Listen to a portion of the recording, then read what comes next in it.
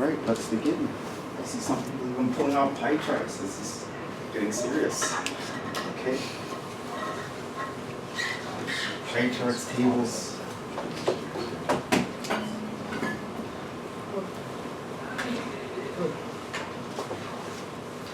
Let's look at this new type of problem.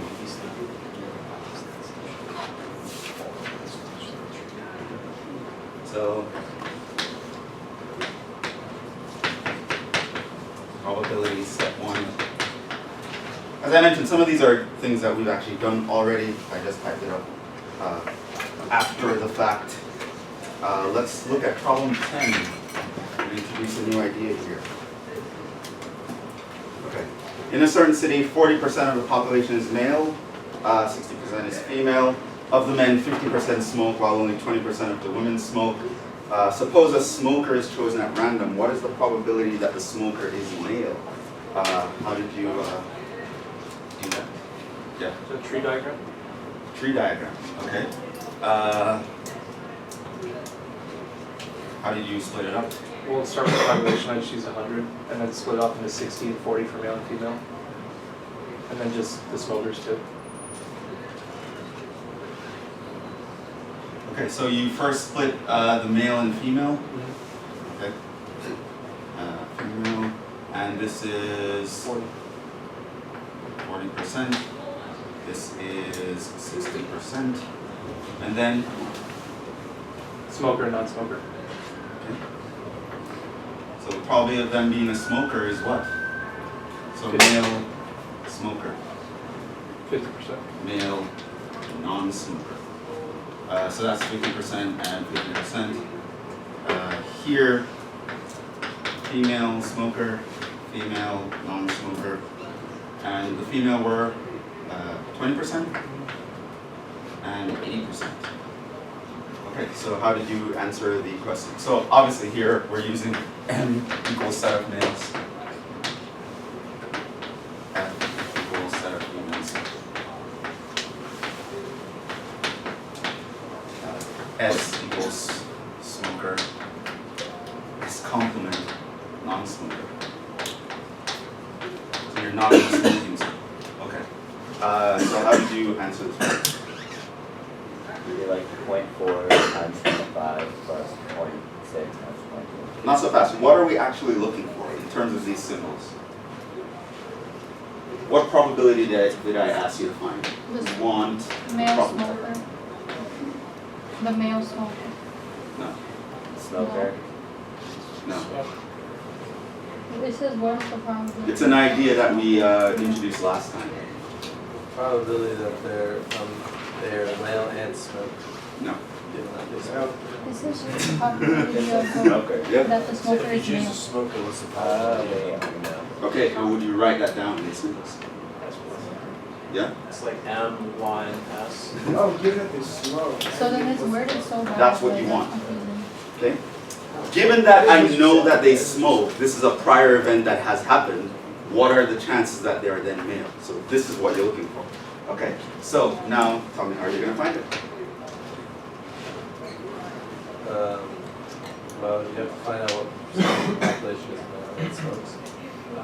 So you can do. So you're going to straight up with the formula male and smokes over probability of smokes. Yeah. Okay. So 0.4 times 0.5 is 0.2. You follow So, man, okay, you go along that arm. 0.4 times 0.5. over smokes is just you have to find out for the females as well, which would be 0.6 times 0.2, which is 0.12. 0.6 times 0.2. Plus all the males who smoke, females 0.2, or 0.5 plus 0.4 times 0.5. 0.4 times 0.4.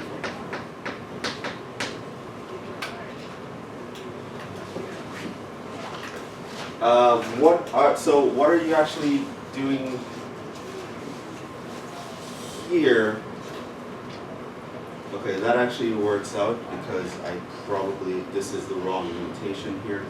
This is actually smoker, given that we know they're male. And this is non-smoker, given that we know they're male. This is smoker, given that we know they're female.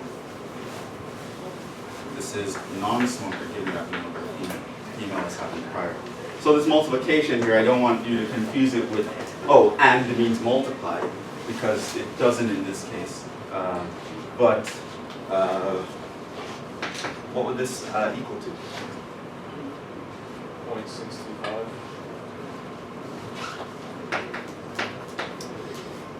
That's the entire answer? Yeah.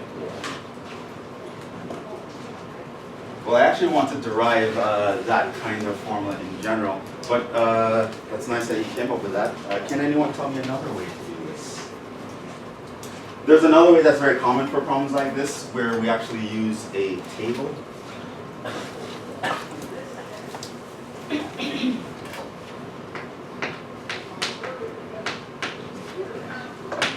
I'm going to leave these same symbols here. So what you can do is you can kind of,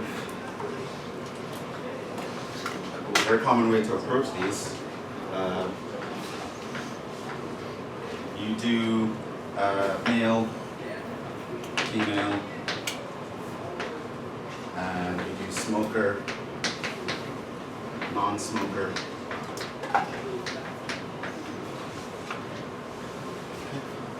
In terms of, and what you would do is you would have to, you don't have to, but the nicer way to do it is to just pretend the population has a certain size. That's really nice for you to deal with.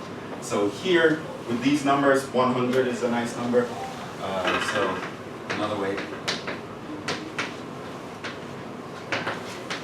Suppose population is 100. So, in total, how many males will we have in this population? So this here is the total.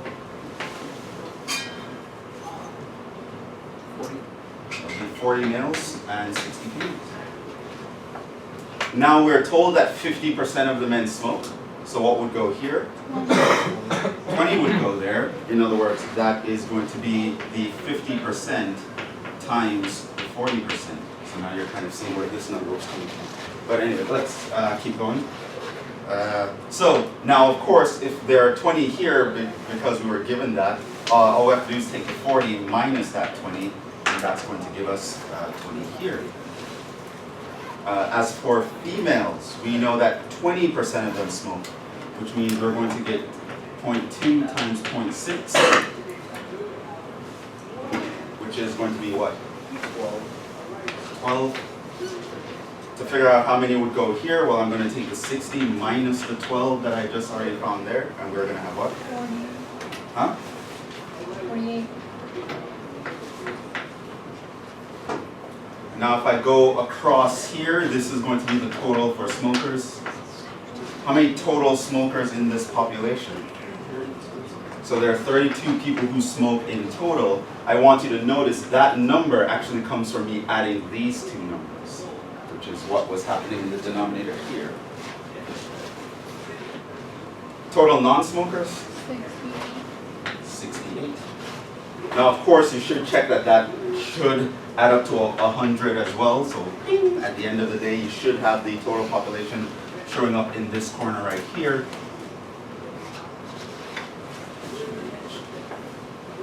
So that's a nice way to do it. It's a very common way to set up a problem like this. And yeah, so by setting up the table like this, you will find that, okay, so I kind of see that if I know someone is chosen who's a smoker, that means one of the 32 people is chosen. My sample space has size 32. What is the probability that they're male? Well, it should be 20 divided by that 32.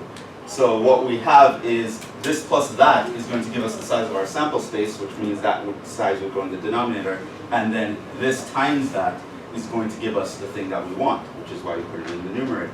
So that's where those numbers are coming from. It's also nice to see it in a table form. Very common way to set up a problem like this.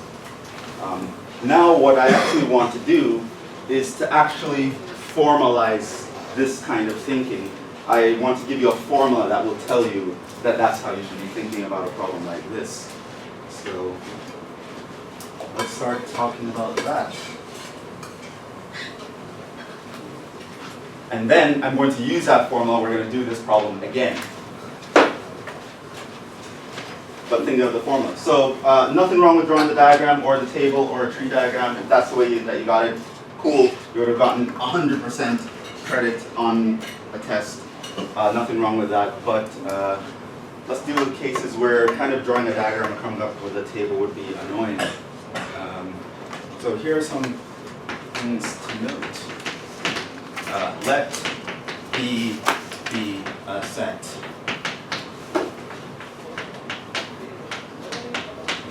Under scrutiny. Like, I don't know what he did, but he's under scrutiny. Let A, the set that we care about, be some other set. Then, I want you to recognize that we could actually write B as this kind of breakdown. I could write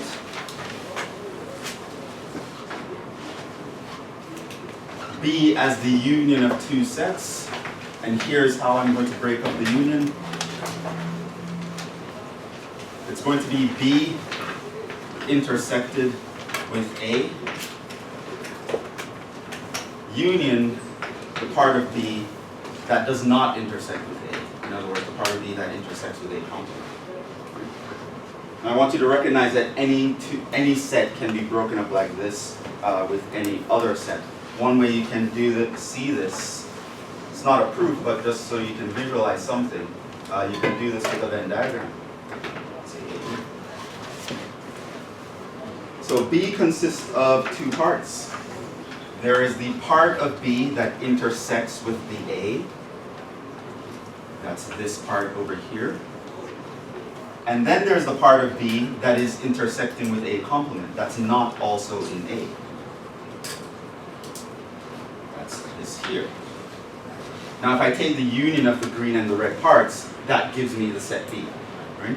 So any set we can break it up like this with any other set, right? I can think of any set as the intersection with some other set union the intersection with that other set's complement, right? This will always be true. This is a general statement. One thing I also want you to notice is notice also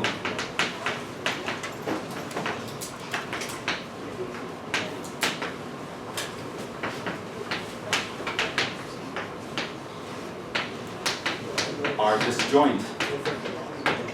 Right? Now that's an example. That's a word that we have defined before. And we also know, recall, this is something that I mentioned last time. It was in one of those boxes that I said you should actually know. If A and B are disjoint, then that means that the probability of the union of these sets is just going to be the sum of the probabilities. In other words, so if B is equal to B intersect A union B intersect the complement of A, this would mean that if I wanted to find the probability of B, now technically would go through the sets, maybe I'll fill that in afterwards. Ultimately this would mean that the probability of B is going to be the probability of this union. But what is the probability of a disjoint union? Well, it's the sum of the individual probabilities. You can write this in any way. A intersect B plus the probability of A complement intersect B.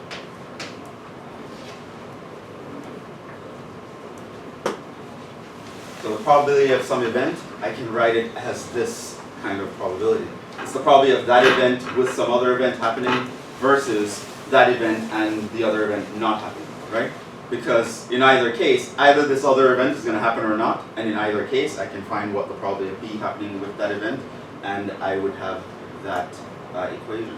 Now, let's actually throw in conditionals here. And technically what we had to fill this in, I measured the size of this and the size of that.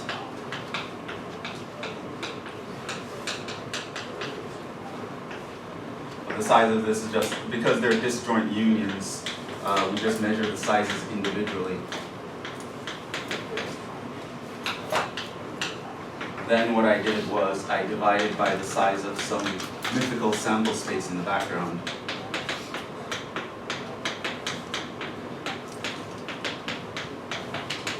And then this by definition is probabilities. But let's actually flesh out this problem a little bit more. This formula a little bit more. We also saw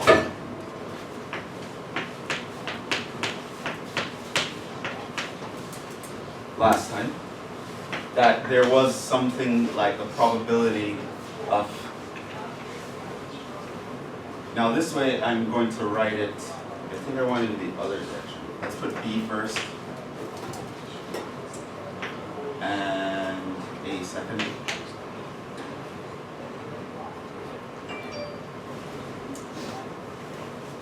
This is going to be, this is the conditional probability, the probability that given that A has happened, what is the probability that B will happen? We know that this is the probability of A intersect B over the probability of A. In other words, I can write the probability of the intersection as a conditional probability times the probability of A. The probability that B will happen if A happens times the probability that A will happen is another way of writing the probability that A and B will happen also. If I have the probability of B given A complement, plugging it into our general formula, that means the probability of A complement and B divided by the probability of A complement.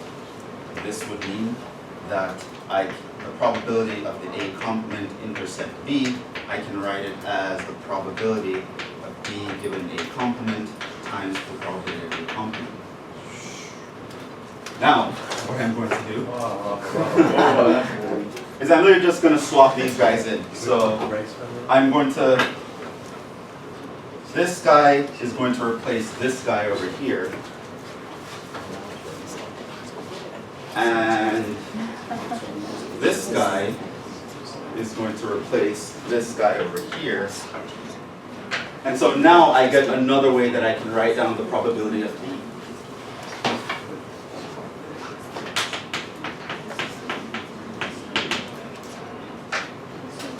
So one way to find the probability of B is to add the green thing to the red thing.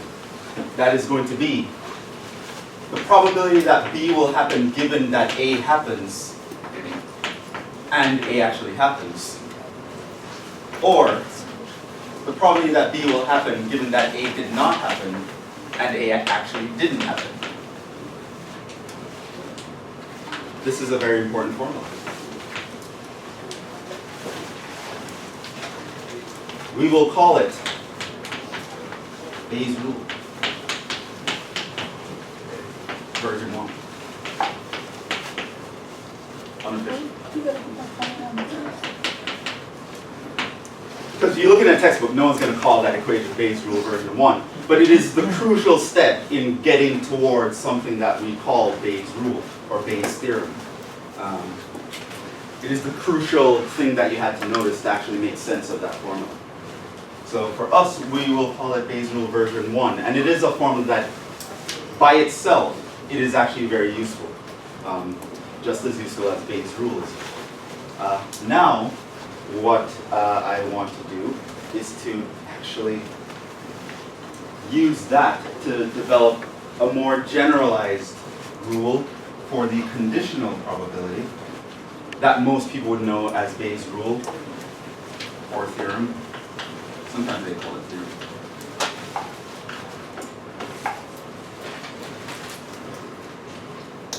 Now, you don't have to know how I got it. You need to know that though. Yeah.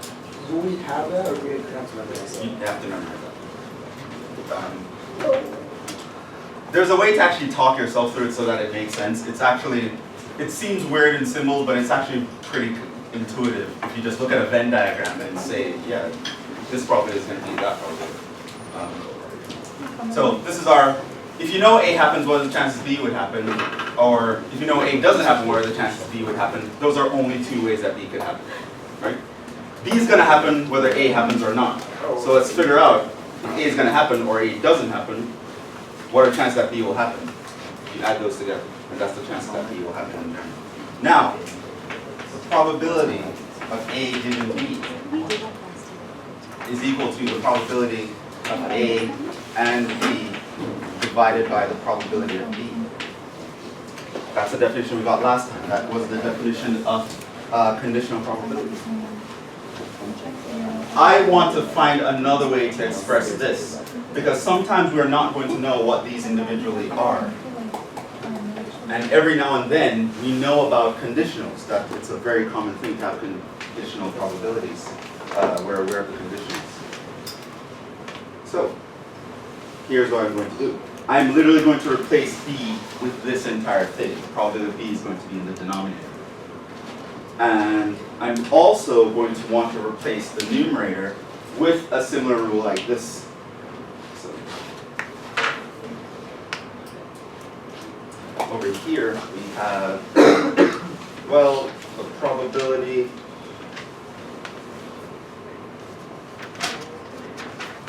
of B given A. Well, that's going to be the probability of A and B divided by the probability of B. And so I can talk about the probability of A and B as the probability of B given A times the probability of B. And I'm going to take that and swap it in here.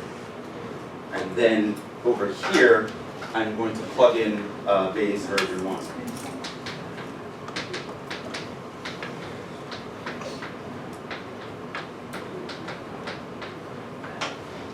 So now what we have is the following. The probability of A given B is going to be the probability of B given A times the probability of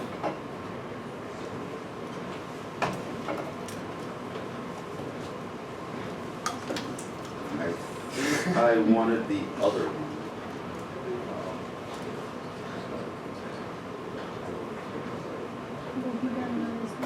No, I didn't want the other one. I actually had a typo here. That should be A.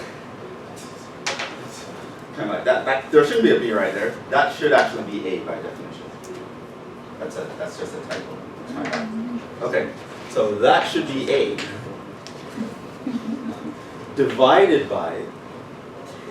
I'm going to replace all of this in the denominator for B. So that is the probability of B given A times the probability of A plus the probability of B given A complement times the probability of A complement. This, ladies and gentlemen, is what is normally referred to as Bayes' theorem. Version 2. For us, it's version 2. Unofficial. It's the unofficial version 2. Like most textbooks, if you look up Bayes' theorem, that's going to be the formula that they're going to put in a box, right? But I decided to show you where that formula actually came from. And on the way to getting to that formula, you would have to figure out this formula, and that formula is actually useful in its own right. So that's why I wanted to have that as a thing also. Now, it looks very confusing with symbols, but you guys actually figured out a problem earlier using that logic, right? This is the formula, that number that I wrote, the 0.4 times the 0.5 divided by this plus that, you guys figured this out using tree diagram. You guys could derive something like Bayes did. You guys are pretty good. Now it's just a matter of actually writing this down in mathematical symbols. This is what your reasoning actually boils down to. This is what you could figure out using a tree diagram, or a Venn diagram, or a table. And it's a very important formula. So for us in the problem that we just did, let's actually just do it with this formula. So let's revisit example 10 and pretend that I'm not into drawing tables or tree diagrams. Yeah, I'm one of those weird people. And I just know this formula. So another way to do example 10.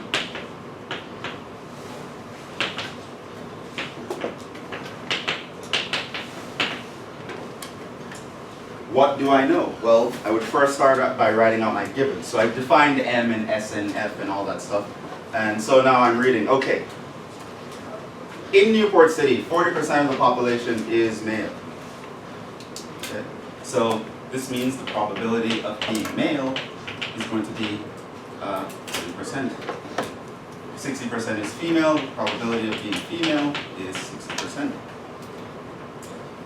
Of the men, 50% smoke. This means if I know someone is a man, the chances that he's a smoker is going to be 50%.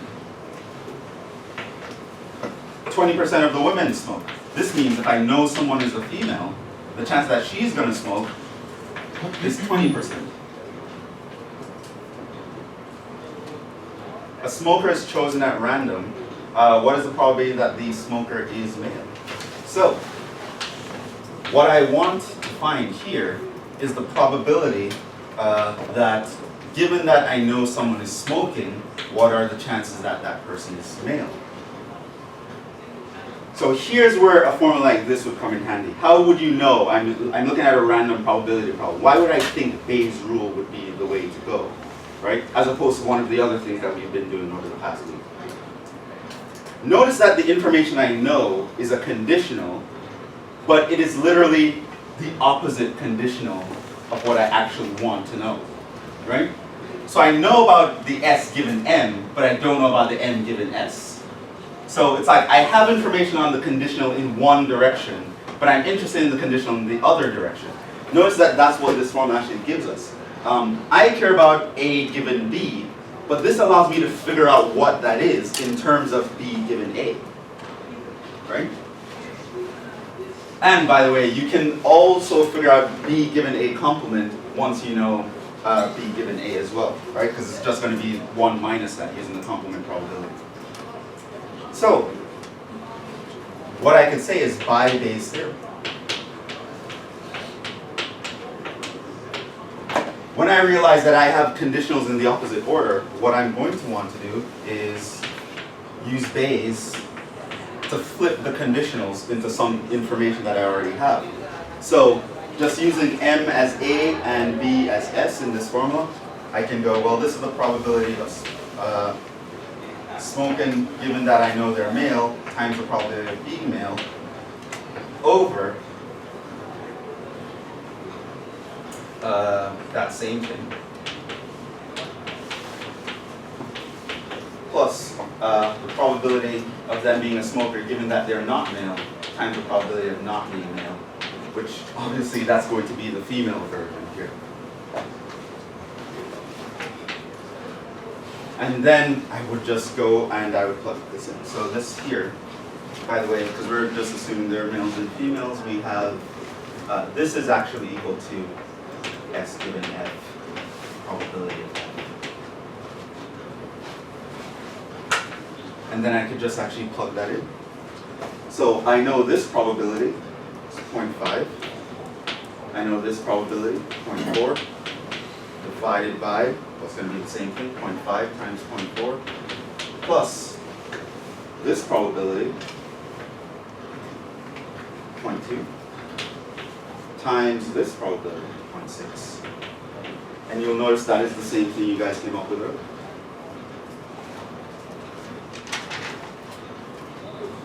So that is a way to do that same problem, thinking totally formulaically. You're totally abstract. I don't have to pretend the population has 100 people or put in any unnecessary assumptions. Bayes' rule gives me the answer right away.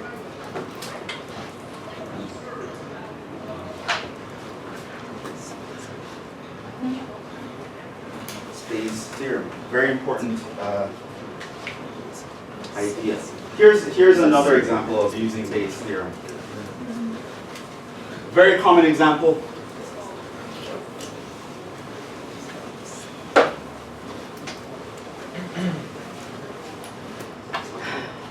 But we'll kind of end with this. I was going to talk about what this would actually imply about our lives, but I don't know if I'll have time for that. So let's look at this example.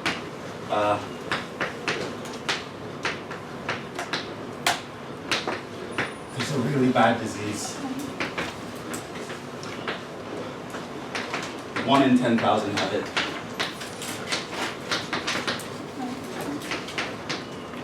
You, being a hypochondriac, think you have it.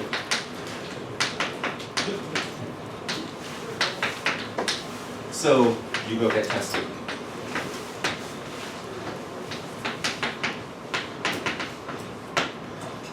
The test comes back positive.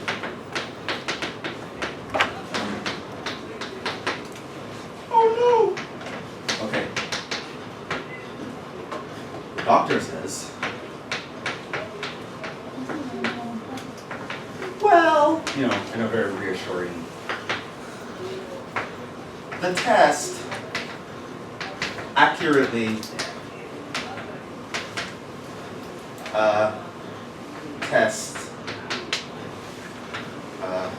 accurately shows positive if you have the disease. 99% of the time.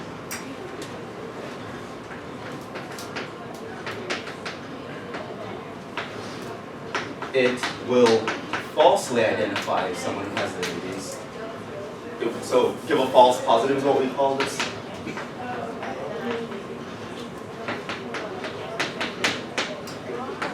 One percent of the time.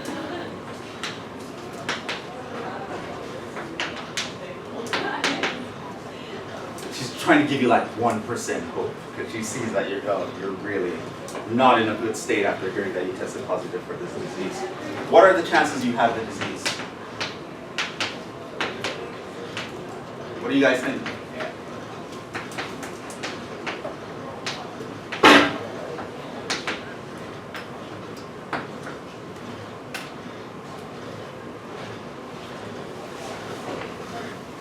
There's this really bad disease. You test positive for the disease. The test is 99% accurate. What are the chances you actually have the disease? Now, a lot of people, if they've never taken a probability class, will guess it's a 99% chance I have the disease, right? It's a probability that is accurate given that you miss it possibly in the first place. Yes. So, but not for us. So, this person, he was never in a probability class. He's probably going to go home, try to rewrite his will, get his affairs in order, try to strike some things off his bucket list. There's a 99% chance that I have this very bad, deadly disease. Let's put in deadly. Okay. So he's going to freak out. But we've taken probability. So should we actually freak out? How much of a freak out moment is this? Actually. Let's actually just put in some things. You'll find out eventually. So let's put in some variables. So let D, B have the disease.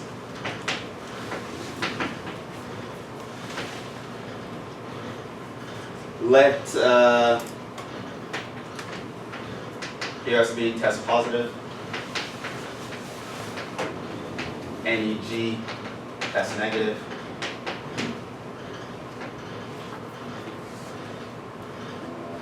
I think those are all the variables we need. So now we are given, what are we given? What is the things that we know? Well, what is the probability of having the disease, like in general? 1 in 10,000.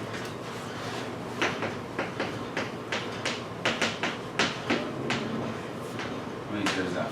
3? And, okay, so now let's look at this testing data that this doctor gave us in terms of probabilities.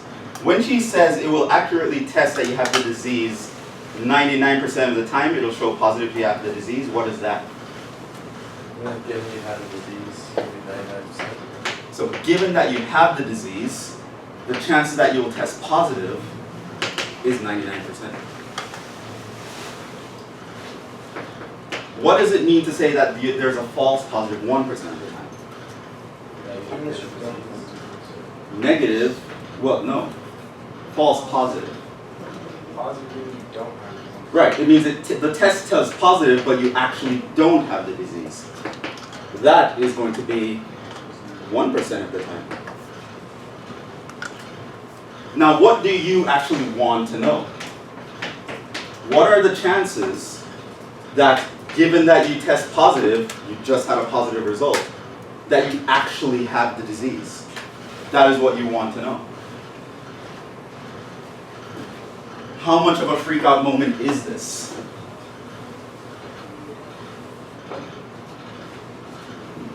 By Bayes' theorem, let's see what Bayes thinks about this. Probability that you have the disease, given that you tested positive, is going to be the probability that you tested positive, given that you have the disease, times the probability of having the disease, over that same thing, plus the probability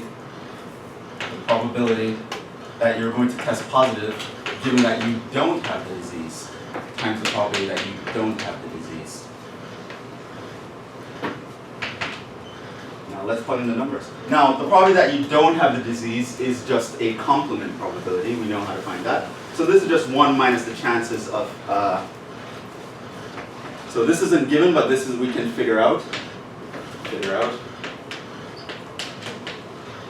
The probability of not having the disease is therefore going to be 1 minus 0.0001 equals 99949. So let's actually plug in these numbers and see what pops out. So this one is 0.99.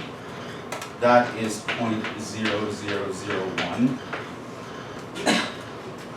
And that's going to be the same, 0.99, 0.0001, plus this one, 0.01, times that one,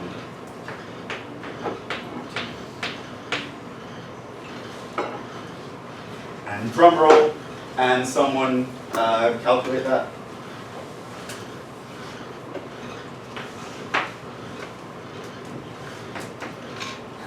Approximately.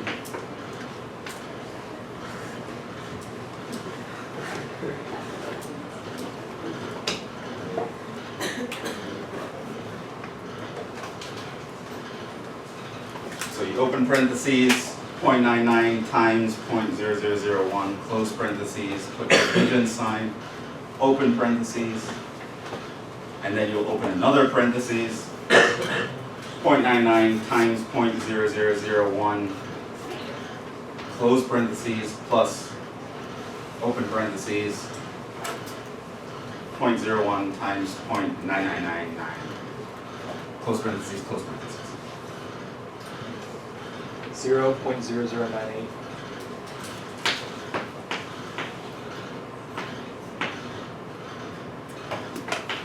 There's 0.98% chance that you have the disease. You shouldn't be freaking out at all. Come on, there's a 1% chance that. Now, let's say this guy took the test again and got positive again. Do that on your own and see what the chances are. And that will lead into the next discussion. I think we're out of time. So things might seem dire, but sometimes probability can get your head on right. We will continue this idea next time. And also by next class, I will have like your group for the project. I have to happen after this week because it might have dropped and whatever. So. Now I'm pretty sure that everyone who's here is pretty much here to stay. So. Well, I think today's the last day actually. So.